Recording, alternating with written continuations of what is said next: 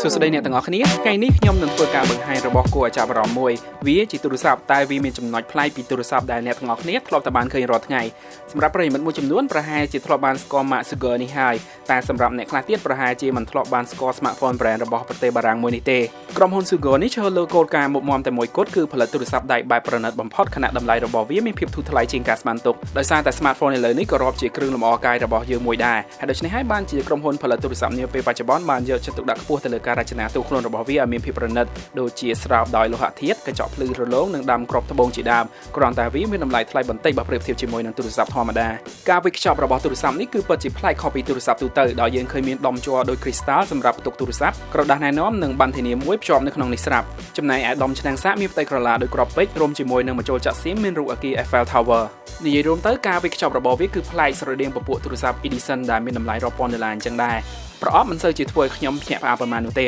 េតែទូរស័ព្ទនេះធ្វើឲ្យខ្ញុំកប់យោបល់កាន់មិនចង់លែងខ្ញុំពិតជាភ្ញាក់ផ្អើលនៅពេលដែលលើកចាប់កាន់ទូរស័ព្ទនេះឡើងព្រោះអីវាមានកម្រាស់ស្ដើងខ្លាំងណាស់ត្រឹមតែ 5.1 មីលីម៉ែត្រប៉ុណ្ណោះហើយវាក៏មានទម្ងន់ស្រាលខ្លាំងផងដែរត្រឹមតែ 98 ក្រាមដែលសឹងតែមិនជឿថានេះគឺជាទូរស័ព្ទនោះទេវាដូចជាសន្លឹកបន្ទះអាលុយមីញ៉ូមមួយអញ្ចឹងទូខ្លួនរបស់វាត្រូវបានផលិតឡើងយ៉ាងប្រណិតនិងហាប់ណែនល្អបំផុតប៊ូតុងសំឡេងនិងប៊ូតុង power របស់វាត្រូវបង្កប់ទៅដោយត្បូងរបស់ក្រុមហ៊ុន Swarovski ត្បូងនេះមានពន្លឺភ្លឺចាំងបានល្អដូចទៅនឹងក្របពេជ្រអញ្ចឹងហើយវាក៏មិនឆ្កូតនឹងប្រែពណ៌នោះទេហើយប្រសិនបើយើងយកកែវពង្រីកឲ្យចិត្តយើងនឹងឃើញនៅអក្សរ Swarovski ដែលតំណាងថាវាពិតជារបស់សុទ្ធពិតប្រាកដមែនដោយសារតែទូរស័ព្ទនេះវាស្ដើងពេកហើយដូច្នេះហើយបានជាវាមិនអាចដោះសន្ទះខាងក្រោយបាននោះទេបានន័យថាវាស្ទើរតែគ្មាន space គ្រប់គ្រាន់សម្រាប់ដោតកាសនិងរុន USB ផងវាមានរុនដោត SIM card នៅខាងឆ្វេងហើយ Sugar S នេះក៏អាចធ្វើការប្រើប្រាស់ជាមួយនឹងប្រព័ន្ធ 4G បានផងដែរតែគួរឲ្យសោកស្ដាយដែលវាមិនមានរុនបន្ថែម memory card នោះទេក្រៅពីមានរូបរាងប្រណិតខ្ពស់ហើយនោះ Sugar S នេះក៏មានលក្ខណៈសម្បត្តិល្អគួរសមដែលអំណោយផលសម្រាប់ការប្រើប្រាស់ទូទៅបានផងដែរអេក្រង់របស់វាមានទំហំ 5 អ៊ីនជាប្រភេទ Super AMOLED អាចបង្ហាញរូបភាពបានក្នុងកម្រិត HD ជាមួយនឹង Density អេក្រង់ 320 ppi អេក្រង់នេះវាមិនម៉ត់ល្អដោយអេក្រង់ Full HD នោះទេក៏ប៉ុន្តែវាអាចធ្វើការបានវាល្អត្រង់ថាអេក្រង់នេះជាប្រភេទ Super AMOLED ដូច្នេះរូបភាពនិងវីដេអូអាចបង្ហាញពណ៌បានដិតល្អដូចជា Smartphone កម្ពុជារបស់ Samsung មួយចំនួនអញ្ចឹងហើយវាក៏អំណោយផលល្អក្នុងការប្រើប្រាស់ក្រោមពន្លឺថ្ងៃផងដែរអ្វីត្បិតតែ smartphone នេះមានកម្រាស់ស្ដើងក៏ពិតមែនក៏ប៉ុន្តែរុនបំពងសំឡេងវាមិនអន់នោះទេដោយវាប្រើប្រាស់នៅបច្ចេកវិទ្យា Direct HD Sound ក្នុងកម្រិត Hi-Fi ដែលមានសំឡេងខ្លាំងនិងពីរោះគ្រាន់ប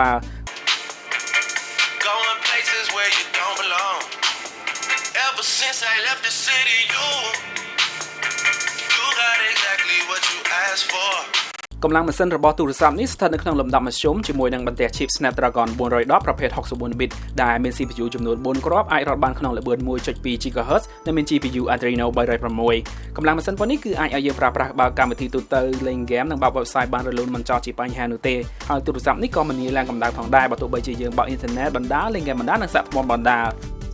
ទោះបីជា Sugar S នេះមានកម្រាស់ស្ដើងត្រឹម 5.1 មីលីម៉ែត្រក្តីក៏ប៉ុន្តែវាមានទំហំថ្ម 2000 មីលីអង់ពែដែលធំជាង iPhone 6s ទៅទៀតថ្មរបស់វាអាចប្រើប្រាស់មុខងារច្រើនទូទៅបាន 4 ទៅ 5 ម៉ោងដែរមិនសូវជាស្រកខ្លាំងប៉ុន្មាននោះទេព្រោះអីវាមានអេក្រង់ត្រឹម HD និងកម្លាំងម៉ាស៊ីនទាបកាមេរ៉ាខាងក្រោយរបស់ទូរស័ព្ទនេះមានទំហំ 8 megapixel ហើយក៏មានភ្ជាប់មកជាមួយនឹងភ្លើងចំនួនមួយគ្រាប់អមផងដែរគុណភាពរូបភាពដែលផ្ដិតចេញមកគឺល្មមគួរសមអាចទទួលយកបានសម្រាប់អ្នកប្រើប្រាស់ទូទៅប៉ុន្តែយើងត្រូវរក្សាលំនឹងដៃបន្តិចនៅពេលដែលយើងថតរូបភាពបែប HDR ចំពោះកាមេរ៉ាខាងមុខវិញមានទំហំ 5 megapixel ដែលអាចថតរូបភាពបានធំនៅក្នុងកម្រិតមុំវែងគួរសមហើយវាក៏មានមុខងារ Beauty ដែលប្រើសម្រាប់ជំនួយដល់ផ្ទៃមុខរបស់យើងទៀតផង Sugar S ដំណើរការដោយប្រព័ន្ធប្រតិបត្តិការ Android Lollipop ដែលមានផ្ទៃមុខមាត់ icon របស់វាត្រូវបានកែច្នៃខ្លះដោយក្រុមហ៊ុន Sugar ផ្ទាល់ចំពោះរូប menu icon ទាំងអស់គឺស្ថិតនៅលើ home screen ទាំងអស់តែម្ដងចំណែកប៊ូតុងបញ្ជា home ត្រូវបានប្ដូរឲ្យមានរចនាបថបែបក្របត្បូងពេជ្រហើយផ្ទាំងកម្មវិធីក៏បានផ្លាស់ប្ដូរឲ្យមានសភាពប្លែកជាង stock ដើមរបស់ Android ច្រើនផងដែរ